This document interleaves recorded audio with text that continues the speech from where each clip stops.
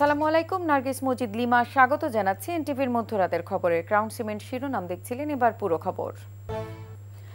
অবশেষে পেছালো রাজশাহী বিশ্ববিদ্যালয়ের কেন্দ্রীয় ছাত্র সংসদ রাকসু হল ও সিনের প্রতিনিধি নির্বাচন। ২০ দিন পিছিয়ে ২৫ সেপ্টেম্বর পরিবর্তে ১৬ অক্টোবর রাকসু নির্বাচন অনুষ্ঠিত হবে। নির্বাচন কমিশন থেকে পাঠানো সংবাদ বিজ্ঞপ্তিতে এ তথ্য জানানো হয়। এই সিদ্ধান্তের পক্ষে বিপক্ষে বিক্ষোভ মিছিল করেছে বিভিন্ন প্যানেল। নূর হোসেনের রিপোর্ট।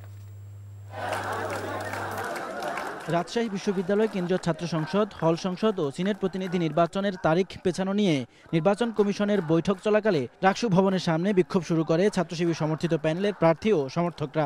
২৫ সেপ্টেম্বর নির্বাচনের দাবিতে স্লোগান দেন তারা। এরপরই নির্বাচন পেছানোর দাবিতে বিক্ষোভ শুরু করে স্বতন্ত্র প্রার্থী ও সমর্থকরা। পরে যোগ দেয় ছাত্রদলও। শিবির ও ছাত্রদলের মুখোমুখি অবস্থানে কয়েক দফায় উত্তপ্ত হয় পরিস্থিতি। এরই মধ্যে নির্বাচনের তারিখ পেছানোর ঘোষণা দেয় রাকসুর নির্বাচন কমিশন। নির্বাচনের সুষ্ঠু পরিবেশ না থাকায় এমন সিদ্ধান্তের কথা জানান নির্বাচন কমিশনাররা। আমাদের এই পরিস্থিতি যারা তৈরি করেছে, আমরা অত্যন্ত দৃঢ়চিত্তে বলতে চাই যে রাকসু নির্বাচন করার উদ্দেশ্যেই আমরা এখানে এসেছিলাম এবং রাকসু নির্বাচন আমরা করার সর্বোচ্চ চেষ্টা করে যাচ্ছি, এখনো আছি বলে আপনাদের জ্ঞাতার্থে বলছি। আগামী ১৬ অক্টোবর রোজ বৃহস্পতিবার আমরা রাকসু নির্বাচন অনুষ্ঠানে বদ্ধপরিকর। কমিশনের এমন সিদ্ধান্তকে স্বাগত জানিয়ে উচ্ছ্বাস প্রকাশ করে ছাত্রদল ও স্বতন্ত্র প্যানেলের প্রার্থীরা। যে সকলের অংশগ্রহণ নিশ্চিত করার জন্য অবিলম্বে এই সিদ্ধান্ত প্রত্যাহার করতে হবে এবং সিদ্ধান্ত প্রত্যাহার করে রাজশাহী বিশ্ববিদ্যালয়ের জন্য সকল অংশগ্রহণ নিশ্চিত করার জন্য এই নির্দিষ্ট তারিখটা প্রত্যাহার করতে হবে। এবং আমাদের দাবি প্রেক্ষাপটে বিশ্ববিদ্যালয় প্রশাসন এবং নির্বাচন কমিশন সেই ২৫ তারিখ নির্বাচন পিছিয়ে ১৬ তারিখ নির্বাচন সিদ্ধান্ত দিয়েছে। সেই সিদ্ধান্তকে রাজশাহী বিশ্ববিদ্যালয়ের হাজার হাজার শিক্ষার্থী সেই সিদ্ধান্তকে স্বাগত জানিয়েছে। তবে এমন সিদ্ধান্তের নিন্দা জানিয়ে তাৎক্ষণিক বিক্ষোভ মিছিল করেছে ছাত্রশিবির সমর্থিত প্যানেলের প্রার্থীরা। পরাজয়ের ভয়ে নির্বাচন বানচালের চেষ্টা করছে একটি গোষ্ঠী, এমন অভিযোগও করে শিবিরের প্রার্থী। জাতীয়তাবাদী শিক্ষক ফোরামের দলীয় সিদ্ধান্তে আবারও রাকসু নির্বাচন পিছিয়ে গেল। তাই আমরা সাধারণ শিক্ষার্থীদের ন্যায্য অধিকার রাকসু নির্বাচন বানচালের মাধ্যমে শিক্ষার্থীদের অধিকার হরণের হীন প্রচেষ্টার তীব্র নিন্দা ও প্রতিবাদ জানাচ্ছি। এদিকে পোষ্যকোটা বাতিলের প্রতিবাদে কমপ্লিট শাটডাউন পালন করছে বিশ্ববিদ্যালয়ের শিক্ষক, কর্মকর্তা, কর্মচারীদের একাংশ। নূর হোসেন, এনটিভি নিউজ, রাজশাহী। চট্টগ্রাম বিশ্ববিদ্যালয় কেন্দ্রীয় ছাত্র সংসদ চাকসু ও হল সংসদে অংশগ্রহণকারীদের জন্য নির্বাচনী আচরণবিধি প্রকাশ করেছে নির্বাচন কমিশন। সোমবার বিকেলে সমাজবিজ্ঞান অনুষদ মিলনায়তনে প্রধান নির্বাচন কমিশনার অধ্যাপক ডক্টর মনির উদ্দিনের সভাপতিত্বে অনুষ্ঠিত সভায় কমিশনের সদস্য, প্রার্থী ও শিক্ষার্থীরা উপস্থিত ছিলেন। এ সময় প্রার্থীদের উদ্দেশ্যে জানানো হয়, ক্লাস ও পরীক্ষার সময় আশেপাশে সভা সমাবেশ করা যাবে না। নির্বাচনী প্রচারণায় প্রার্থীগণ কেবলমাত্র লিফলেট বা হ্যান্ডবিল বিতরণ করতে পারবে, কোনো রকম পোস্টার ছাপাতে পারবে না। ভোটের দিন কেন্দ্রের ১০০ মিটারের মধ্যে কোনোভাবেই ভোটার স্লিপ বিতরণ করা যাবে না। এছাড়াও কোনো প্রার্থী বা তার পক্ষে কেউ নির্বাচনী আচরণ বিধি ভঙ্গ করলে সর্বোচ্চ ২০,০০০ টাকা জরিমানা, প্রার্থিতা বাতিল অথবা বিশ্ববিদ্যালয় থেকে বহিষ্কার করার বিধান যোগ করা হয় নির্বাচনী আচরণবিধিতে। জুলাই গণ অভ্যুত্থানে একসঙ্গে রাজপথের সারথি হলেও দিন দিন দূরত্ব বাড়ছে বিএনপি, জামায়াতে ইসলামী আর এনসিপির মধ্যে। দূরত্ব নয়, এটিকে গণতন্ত্রের সৌন্দর্য হিসেবে দেখছে বিএনপি। আর জামায়াত বলছে, রাজনৈতিক মতাদর্শগত ভিন্নতা থাকলেও তা দূরত্ব বা সংঘাতে রূপ নেবে না। বিপ্লব পরবর্তী ফ্যাসিবাদ বিরোধী প্ল্যাটফর্ম না থাকায় রাজনৈতিক দলগুলোর মাঝে বিভেদ বেড়েছে বলে মত রাজনৈতিক বিশ্লেষকদের। বিস্তারিত ওবায়দুল্লাহ মামুনের রিপোর্টে। আগামী ফেব্রুয়ারির প্রথমার্ধে নির্বাচনের রোডম্যাপ ঘোষণা করেছে নির্বাচন কমিশন। আর এ নির্বাচন ঘিরে দিনকে দিন উত্তপ্ত হচ্ছে রাজনীতির মাঠ। সম্প্রতি জুলাই সনদ বাস্তবায়ন ও সংস্কার ইস্যুতে ত্রিমুখী অবস্থানে তারা। নানা ইস্যুতে বিস্ফোরক বাক বিনিময় হচ্ছে প্রতিনিয়ত। জামায়াতে ইসলামী ও জাতীয় নাগরিক পার্টি নির্বাচন ও সংস্কার ইস্যুতে একই সুরে কথা বললেও পিআর পদ্ধতি নিয়ে দুই দলের মধ্যে টানাপোড়েন বা দূরত্ব লক্ষ্য করা যাচ্ছে। আর নির্বাচন ইস্যুতে বিপরীত মেরুতে বিএনপি, জামায়াত। রাজনীতিতে প্রতিটি দলের আদর্শ, মতবাদ আর আলাদা এজেন্ডার কারণেই এ দূরত্ব মন্তব্য করে বিএনপি এটিকে গণতন্ত্রের সৌন্দর্য হিসেবে দেখছে। আমাদের মেরুভূষ্ঠ থাকবে, জামাত ইসলামের মেরুভূষ্ঠ থাকবে, আমাদের তো একরকম মেরুভূষ্ঠ থাকবে না, অতীতেও ছিল না। তাই এটাকে আমি মনে করি না কোনো বিভেদ বা কোনো সংকট। এটা যার যার আদর্শ নিয়ে সে কাজ করবে, এটা অস্বাভাবিক কিছু না। দলীয় আদর্শের কারণে বিভেদ থাকলেও নেতাকর্মীদের কথা বলার ক্ষেত্রে সংযমী হওয়া দরকার বলে মনে করছে জামায়াত ইসলামী। আলোচনা হচ্ছে, ডিবেট হচ্ছে, সংস্কারের পক্ষে বিপক্ষে আমার অবস্থান, অন্য দলের অবস্থান, এগুলো আলোচনা হচ্ছে। তো এটাও তো রাজনীতির জন্য একটা সৌন্দর্য, রাজনীতির জন্য একটা নতুন ডাইমেনশন। তো এই জন্য পরস্পরের আমাদের প্রতি প্রতিদ্বন্দ্বিতা থাকবে, প্রতিযোগিতা থাকবে, কিন্তু আমার মনে হয় না সেটা আমাদের জন্য কোনো বিব্রতকর অবস্থা তৈরি হবে। একসঙ্গে বিপ্লব করলেও রাজনৈতিক উত্তরণ নিয়ে দলগুলোর কোনো পরিকল্পনা না থাকাকে বিভেদের কারণ মনে করছেন বিশ্লেষকরা। ফ্যাসিবাদ বিরোধী প্ল্যাটফর্ম, সেই প্ল্যাটফর্ম করে সেই প্ল্যাটফর্মের অধীনে তারা এখন পর্যন্ত থাকতে পারত, বা আগামী নির্বাচনে আগ পর্যন্ত তারা সেটা ধারা অব্যাহত রাখতে পারত, কিন্তু সেরকম কোনো প্ল্যাটফর্ম তো তারা করেননি। না করার ফলে সমস্যা যেটা হয়েছে যে যার মতো করে যার স্বার্থ সামনে চলে এসছে। তাদের মতে বিভেদের অবসান চাইলে পুরনো রাজনৈতিক চর্চা থেকে বের হয়ে আসতে হবে রাজনৈতিক দলগুলোকে। Ubaidullah Mamun, NTV news, Dhaka. ফেব্রুয়ারিতে ত্রয়োদশ জাতীয় সংসদ নির্বাচন নিয়ে সংশয় থাকলেও ১৫০টি আসনে এনসিপির জয়ী হওয়ার সম্ভাবনা রয়েছে বলে মন্তব্য করেন দলটির মুখ্য সমন্বয়ক নাসির উদ্দিন পাটোয়ারি। সোমবার বিকেলে রাজধানীর আগারগাঁওয়ে নির্বাচন কমিশনের সিইসির সঙ্গে বৈঠক শেষে এসব কথা বলেন তিনি। গণ অধিকার পরিষদ ও এনসিপি একত্রে নির্বাচন করলেও দলের প্রতীক হবে শাপলা, এতে ছাড় দেওয়া হবে না বলে মন্তব্য করেন নাসির উদ্দিন পাটোয়ারি। বলেন, এবারের নির্বাচনে ব্যালট বিপ্লবের মাধ্যমে আওয়ামী লীগ ও জাতীয় পার্টির অস্তিত্ব হারিয়ে যাবে। বিএনপির জনসমর্থন এখন তলানিতে উল্লেখ করে তিনি বলেন, বিএনপি জামায়াতের অবহেলার কারণেই পেছাতে পারে নির্বাচন। এ সময় জুলাই সনদে সই করতে রাজনৈতিক দলগুলোর প্রতি আহ্বান জানান তিনি। এনসিপির তত্ত্বাবধানে অনেকগুলো দল আসছে জানিয়ে তিনি বলেন, আগামী নির্বাচনে বৃহত্তর জোট করবে এনসিপি। আমি তো বলেছিলাম যে ফেব্রুয়ারিতে ইলেকশন হবে কিনা, স্টিল কনফিউশন আছে ফেব্রুয়ারিতে ইলেকশন হবে কিনা। সরকার অনেক ইনসিস্ট করতেছে যে ফেব্রুয়ারিতে ইলেকশন করার জন্য সবাইকে, কিন্তু আমাদের যে জুলাই সনদটা রয়েছে এটার লিগ্যাল যে পার্সপেক্টিভ, সেই জায়গা থেকে এখনো কোনো সলিউশন হয় নাই। আমরা ভোট দিতে পারি নাই। আমরা যত ভোট দ্রুত দিতে পারবো ততই আমরা বাংলাদেশের মানুষকে মুক্তির পথ দেখাতে পারবো।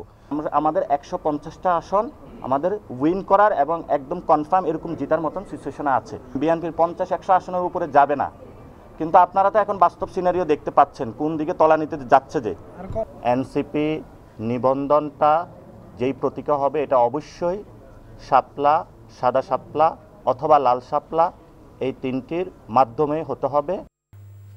কেন্দ্রীয় ব্যাংকের কঠোর তদারকিতে পণ্য আমদানির ঋণপত্র বা এলসির আড়ালে টাকা পাচার কমেছে। সেই সাথে কমেছে বকেয়া এলসির স্থিতি, বেড়েছে পণ্য আমদানিও। ব্যাংকার ও অর্থনীতিবিদরা বলছেন, ভবিষ্যতে অর্থ পাচার রোধে ব্যাংক খাতের স্বচ্ছতা ও জবাবদিহিতা নিশ্চিত করতে হবে। পাশাপাশি ব্যাংকের ওপর রাজনৈতিক প্রভাব কমানো এবং দুর্নীতিগ্রস্ত ব্যাংকারদের বিরুদ্ধে কঠোর ব্যবস্থা নিতে হবে বলেও মত বিশ্লেষকদের। আরাফাত ইসলামের রিপোর্ট। বিগত আওয়ামী লীগ সরকারের আমলে ব্যাংক খাতে যে নজিরবিহীন অর্থ পাচার ও ঋণ জালিয়াতি হয়েছে তার বেশিরভাগই হয়েছিল ঋণপত্র বা এলসির মাধ্যমে। কেন্দ্রীয় ব্যাংকের হিসাবে 15.5 বছরে এলসির আড়ালে দেশ থেকে 22 লাখ কোটি টাকা পাচার করা হয়েছে।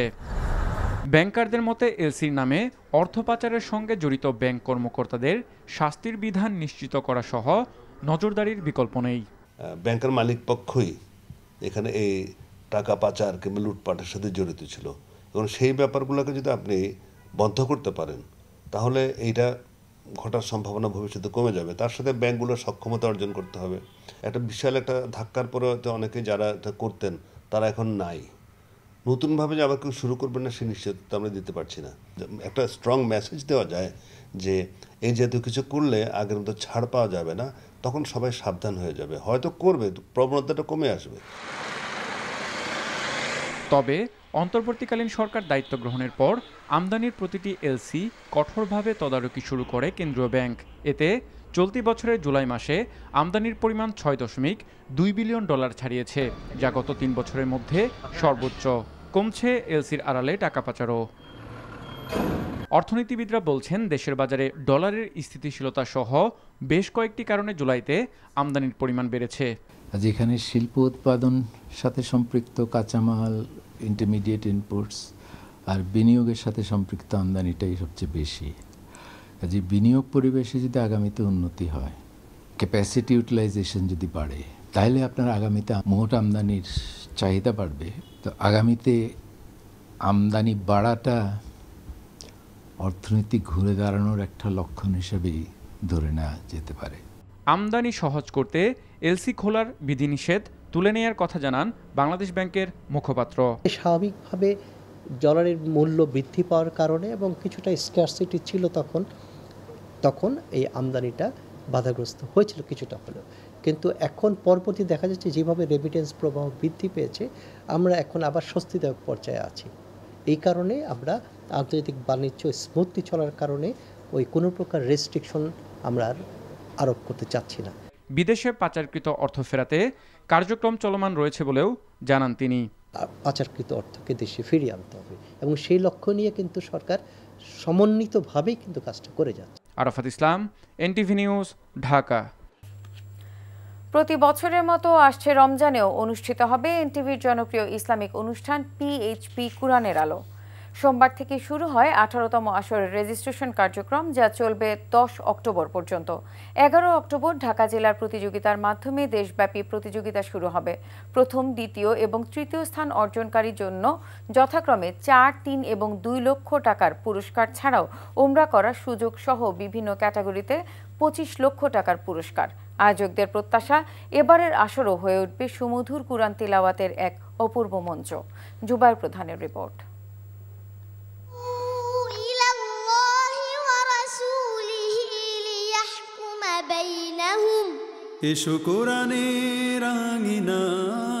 শ্রেষ্ঠত্বের প্রতিযোগিতা আর সুমধুর কণ্ঠে কুরআনের পাখিদের মিলন মেলার মঞ্চ এনটিভির পিএইচপি কুরআনের আলো অনুষ্ঠান।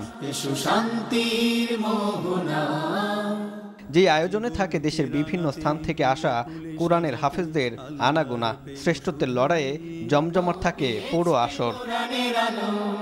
কুরআনের আলো ফাউন্ডেশনের স্বপ্নদ্রষ্টা মরহুম মাওলানা আব্দুল ইউসুফের ছেলে হাফেজ আব্দুল্লাহ আল জাইদের তিলাওয়াতের মাধ্যমে আনুষ্ঠানিক যাত্রা শুরু হয় 18তম আয়োজনের।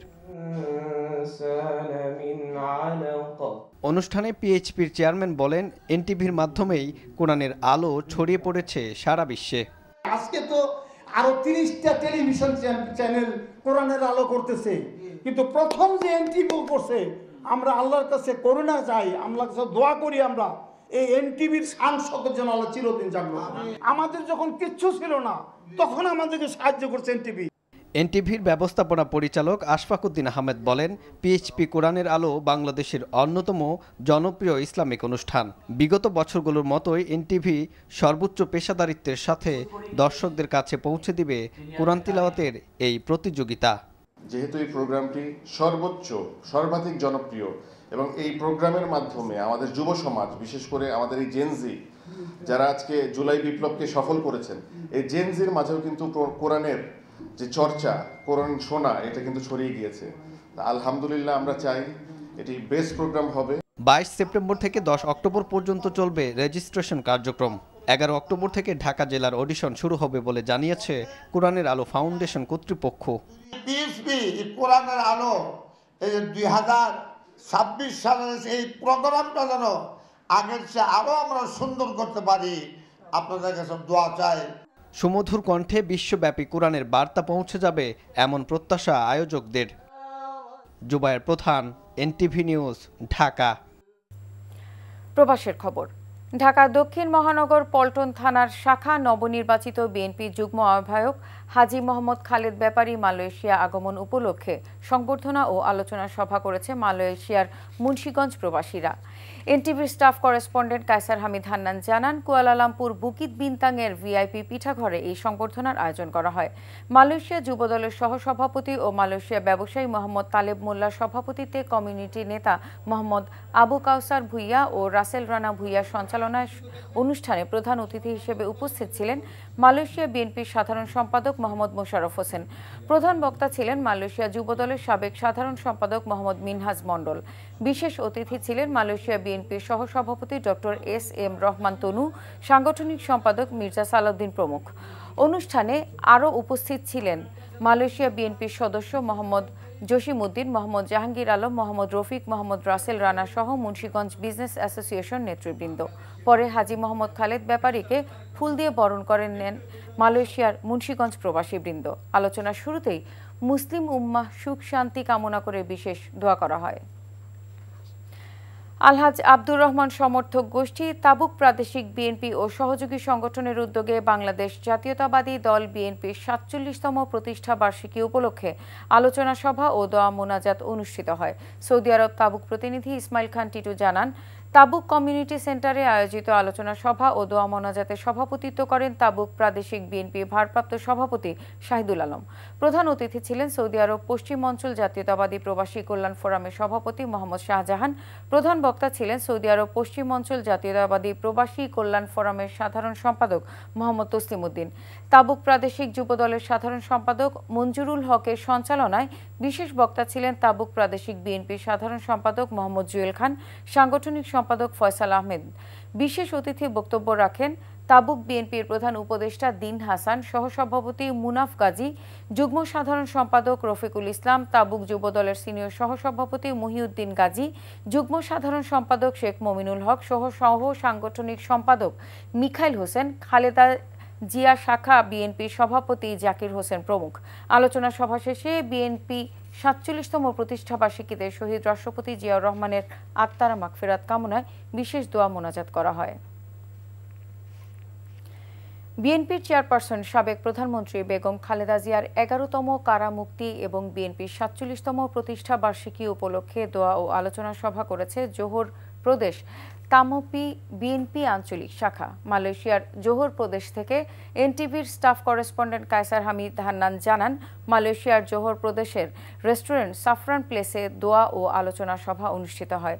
জোহর প্রদেশ তামপি বিএনপির আঞ্চলিক শাখার সভাপতি মোহাম্মদ মিজানুর রহমান চৌধুরীর সভাপতিত্বে জোহর প্রদেশ বিএনপির প্রচার ও প্রকাশনা সম্পাদক মোহাম্মদ রহমতুল্লাহ ও সংগঠনের সাধারণ সম্পাদক মোহাম্মদ শাহিন খানের যৌথ সঞ্চালনায় প্রধান অতিথি হিসেবে উপস্থিত ছিলেন জোহর প্রদেশ বিএনপির সভাপতি মোহাম্মদ জয়নাল আবেদিন।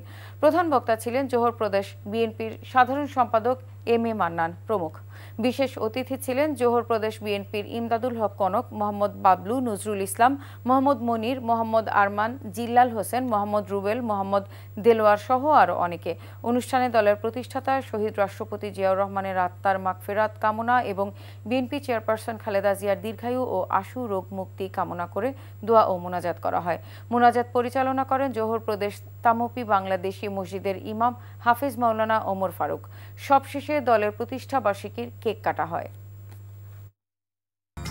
এই ছিল মধ্যরাতের খবরে। এই খবরের ভিডিও সহ আপডেট জানতে ভিজিট করুন এনটিভি অনলাইন www.ntvbd.com। এছাড়াও এনটিভির জনপ্রিয় সব অনুষ্ঠান ও খবরের আপডেট জানতে ভিজিট করুন আমাদের ইউটিউব ও ভেরিফাইড ফেসবুক পেজে। ধন্যবাদ সবাইকে।